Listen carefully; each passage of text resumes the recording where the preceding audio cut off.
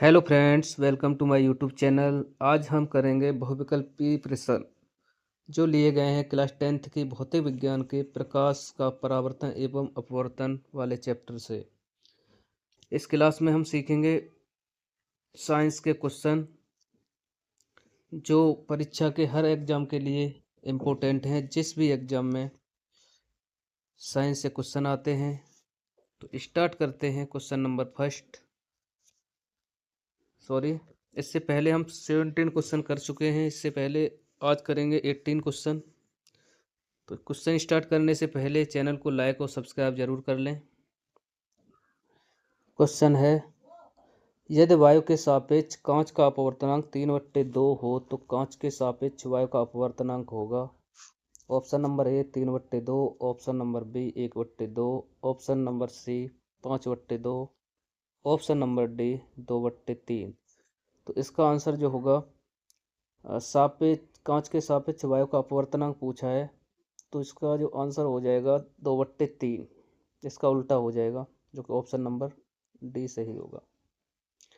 बढ़ते हैं next question की ओर। क्वेश्चन नंबर 19 इसमें दे रखा है, यदि किसी वस्तु तथा उसके प्रतिबिंब की लेंस के प्रकाशिक केंद्र से दूरी क्रमशः 10 सेंटीमीटर और 30 सेंटीमीटर है, वस्तु के प्रतिबिंब तथा वस्तु की लंबाई का अनुपात होगा। ऑप्शन नंबर ए में दे रखा है 1, बी में 1 से अधिक, सी में 1 से कम, डी में अनंत। इसका एक फॉर्मूला होता है जिसमें वस्तु के प्रतिबिंब और हाइट की जो निकाली जाती है लंबाई, तो m इक्वल टू होता है इसमें प्रतिबिंब की दूरी यानी v बट्टे वस्तु की दूरी u। तो प्रतिबिंब की दूरी है इसमें 30 और बट्टे कर लेंगे 10। 10 से 30 डिवाइड हो जाएगा 3 बार, जो कि 1 से अधिक है। तो इसका आंसर हो जाएगा option number B. Next question देखेंगे, किसी वस्तु का वस्तु से बड़ा आभासी प्रतिबिंब बन सकता है। ऑप्शन नंबर ए उत्तल दर्पण द्वारा, बी अवतल दर्पण द्वारा, समतल दर्पण द्वारा, ऑप्शन नंबर डी अवतल लेंस द्वारा। तो इसका सही आंसर हो जाएगा अवतल दर्पण द्वारा, यानी ऑप्शन नंबर बी।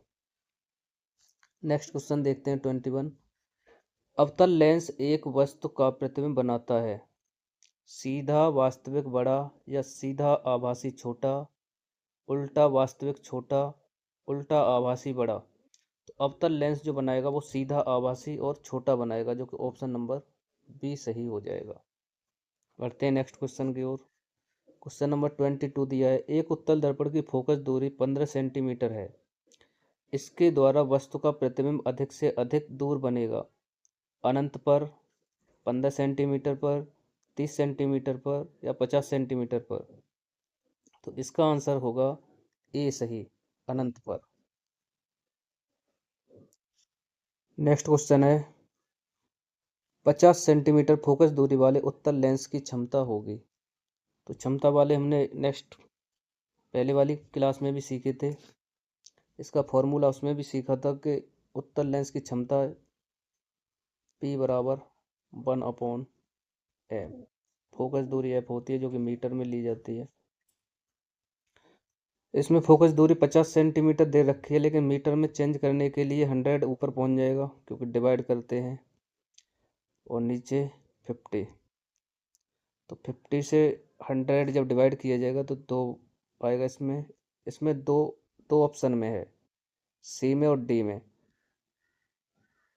लेकिन जब उत्तल लेंस की बात हो तो जो वैल्यू आती है हमेशा पॉजिटिव आती है। तो +2 इसका सही आंसर होगा, जो कि ऑप्शन नंबर 24 का दे रखा है, सी।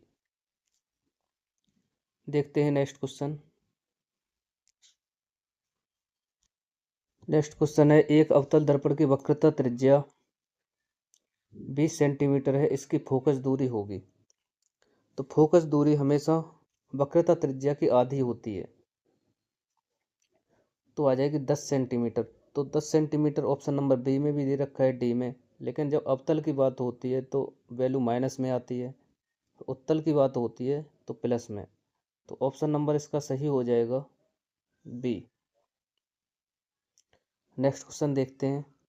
एक उत्तल लेंस की क्षमता 5 डायोप्टर है तो इसकी फोकस दूरी है, तो फोकस दूरी F बराबर 1/P होता है।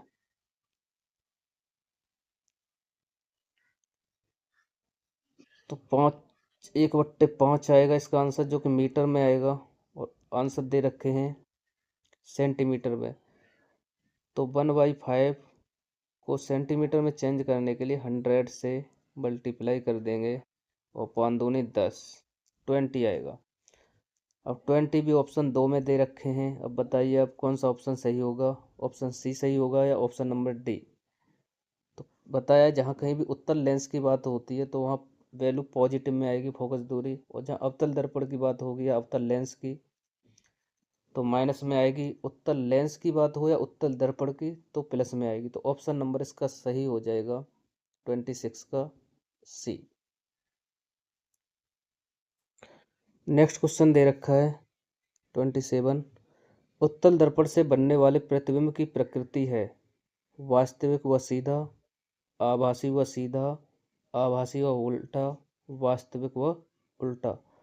जब उत्तल दर्पण की बात हो तो इसमें हमेशा जो आएगा आभासी और सीधा आएगा, जो कि ऑप्शन नंबर बी दे रखा है। अवतल की बात हो तो वास्तविक उल्टा हो सकता है, आभासी सीधा भी हो सकता है उसके साथ, लेकिन उत्तल दर्पण के साथ हमेशा आभासी और सीधा होता है। दूसरी बात याद रखेंगे, आभासी के साथ हमेशा सीधा दिया होता है, और वास्तविक के साथ हमेशा उल्टा दे रखा होता है। जैसे वास्तविक के साथ यहाँ सीधा दिया है तो ये तो ऑप्शन वैसे भी नहीं होता, और आभासी के साथ उल्टा दे रखा है तो ये नहीं होता। तो इतना याद रखेंगे, आभासी के साथ हमेशा सीधा आता है और वास्तविक के साथ उल्टा आता है। तो इसका ऑप्शन नंबर बी सही हो जाएगा। क्वेश्चन नंबर 28 देखते हैं। समतल दर्पण द्वारा निर्मित प्रतिबिंब का आवर्धन होता है। तो समतल द्वारा दर्पण द्वारा जो प्रतिबिंब बनता है वो वस्तु के बराबर ही बनता है। जब वस्तु के बराबर होगा तो वैल्यू 1 आएगी, जो कि ऑप्शन नंबर ए दे रखा है 28 का। बढ़ते हैं नेक्स्ट क्वेश्चन की ओर।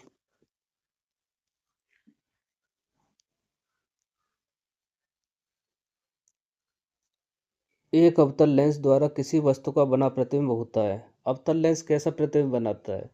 अब यहाँ दर्पण की बात नहीं हो रही है, लेंस की बात हो रही है। आभासी उल्टा व छोटा, बी ऑप्शन आभासी सीधा व बड़ा, सी ऑप्शन आभासी सीधा व छोटा, डी ऑप्शन आभासी उल्टा व बड़ा। तो इसमें जो ऑप्शन सही होगा ऑप्शन नंबर सी सही हो जाएगा, आभासी सीधा व छोटा सही होगा इसमें। नेक्स्ट क्वेश्चन है 30। एक अवतल दर्पण की फोकस दूरी 20 सेंटीमीटर है, उसकी वक्रता त्रिज्या क्या होगी? तो वक्रता त्रिज्या फोकस दूरी की दुगनी होती है। तो बताइए ऑप्शन नंबर कौन सा सही होगा, ए 10, बी 20, सी 40, डी 80। तो हमेशा याद रखेंगे फोकस दूरी वक्रता त्रिज्या की आधी होती है, लेकिन वक्रता त्रिज्या फोकस दूरी की दुगनी होती है। तो ऑप्शन नंबर हो जाएगा सी सही। Next question 31। एक उत्तल दर्पण की फोकस दूरी होगी जिसकी वक्रता त्रिज्या 32 सेंटीमीटर है। तो फोकस दूरी वक्रता त्रिज्या की आधी होती है, तो कौन सा ऑप्शन सही होगा? A option 32 centimetre, B option 16 centimetre, C option 64 centimetre, D option 8 centimetre. तो 32 का आधा हो जाएगा 16 सेंटीमीटर, जो कि 31 का बी ऑप्शन सही होगा।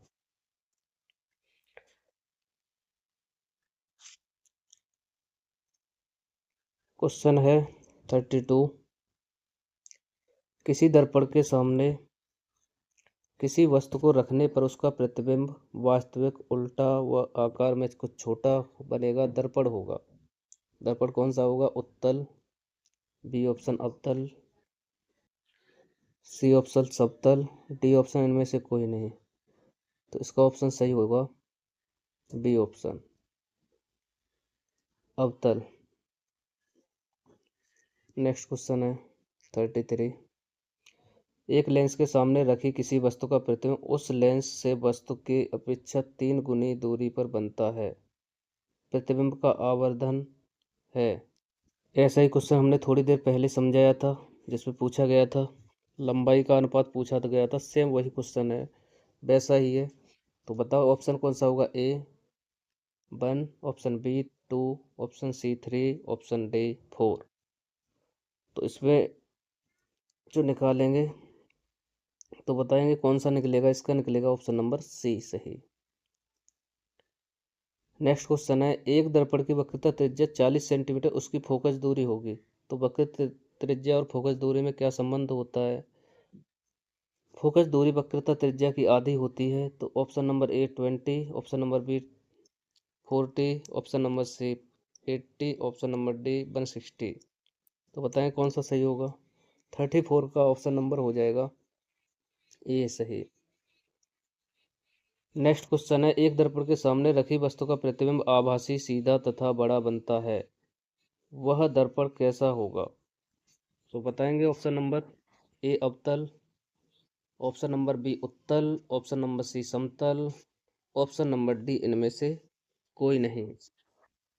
तो इसका सही ऑप्शन जो होगा ए, इसका सही आंसर जो होगा ए। क्लास समझ में आई होगी। इसी प्रकार मिलते हैं नेक्स्ट क्लास में। तो चैनल को लाइक शेयर और सब्सक्राइब जरूर कर लें। मिलते हैं नेक्स्ट क्लास में। बाय।